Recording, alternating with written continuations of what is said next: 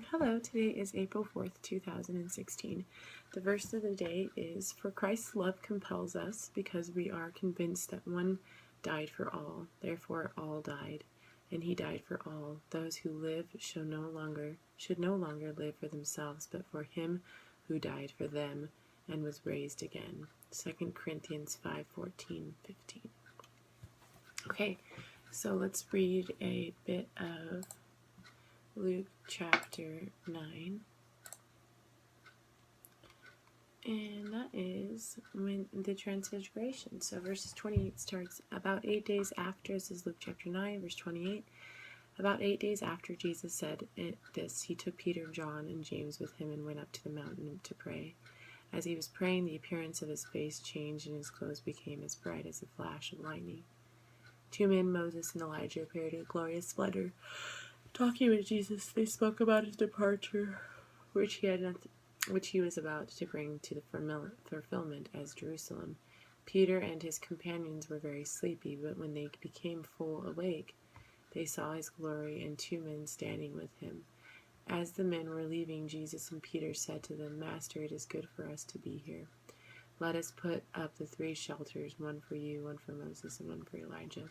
He did not know what he was saying. While he was speaking, the cloud appeared and covered them, and they were afraid. As they entered the cloud, a voice came from the cloud saying, "This is my son, whom I have chosen. Listen to him."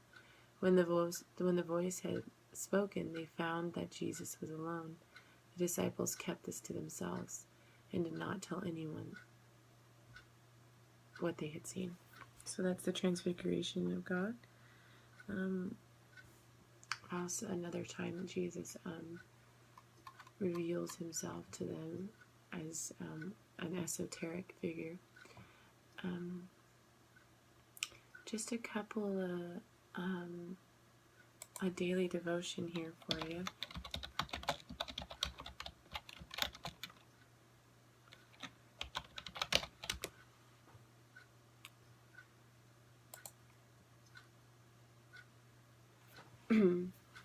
Deuteronomy. So if you faithfully obey the commands I am giving you today, to love the Lord your God and serve him with all your heart and with all your soul, then I will send rain on your land on its season, both autumn and spring rains, so that you may gather in your grain, new wine, and oil. Many of the promises of God are conditional. There is, and if you, and then I will. In this passage, God tells the children of Israel that their economy is dependent on their obedience. God did give them certain laws that they would make their argued lifestyle more productive.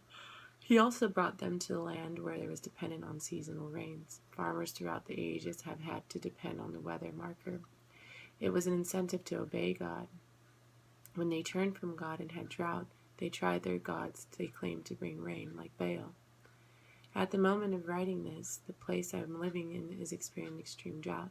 The government of the area has recently repealed what they called an iniquitous law that had to do with sexual immorality. Those came from the Bible, and we did not all believe in the Bible anymore, they say. But this is not true. All Western law is biblically based. Society has just chosen to pick and choose the laws they will enforce. That does not change the promise of God. In this drought, we are devastating forest fires.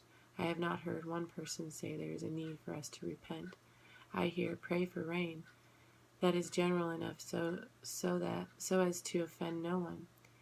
We have forgotten that God is the weather maker, and that many of his promises are conditional. Consider difficulty can be expression of grace to turn us back to God.